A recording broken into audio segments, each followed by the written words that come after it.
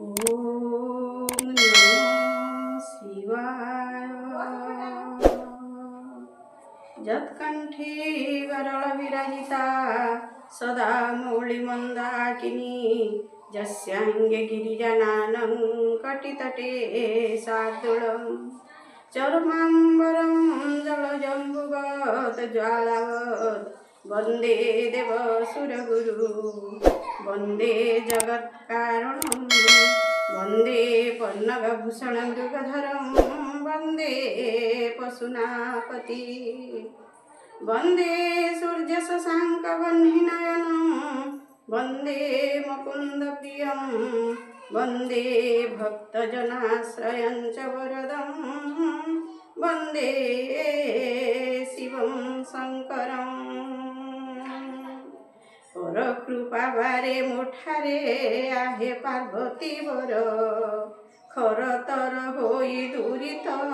दुख रास मोहर गरलरु बळी विपत्ति मोर देहे घटिला घुंचाई न देले निश्चय मोर बाना बुड़िला उमापति तुम्भ बाहारे आने नाही भरोसा चाहि दियो बारे त्रिनेत्रे जाऊ मोर दुर्दशा छल प्रायश्चिते मणिले निश्चय होई विनाश जीव छाड़ी गले तनुरु निंदा हेब त्रिदश झमकाईन तव त्रिशूल धरी दक्षिण कर निरासन कर छेदन कर आनन कर टली पड़िलाणी धरारू टेकी रख ईश्वर ठक नुहे सत कहूची घेन मोर उत्तर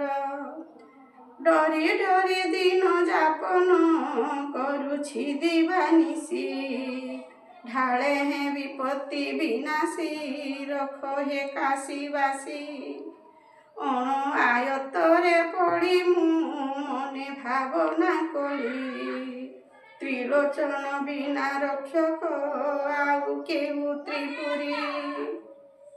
थर हर होई शरीर थरुछि गंगाधर दिन जन मोहि दुखिनी मोते उद्धरी धर धरुछि तुम्हार चरण रख हे पंचानन न रखिले मोहि निश्चय कहुअछि उदान पतित पावन बोलाई किंपा हेल मौन फेरी न रखिछ भंडार करी दिय दूषण वृष दुय बारे उद्धरी धर भव सागरु भरोसा करिछि तुमको पारी कर धरारू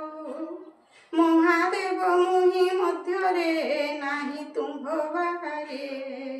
जसकु प्रकाश कर हे दीन जन दुखरे रक्षा नाही तुम्भ बाहारे कहूअछि सिद्धांत लबे मात्र दया करिन रख पार्वती कांत बड़ प्रभु बोली विचारी सिरे जोड़ुछि कर शरण पशुछि चरणे बारे उद्धरी धर सदा शिव सरी गलिनी शुण नाही काहिकी शंकर बोली मुनि रते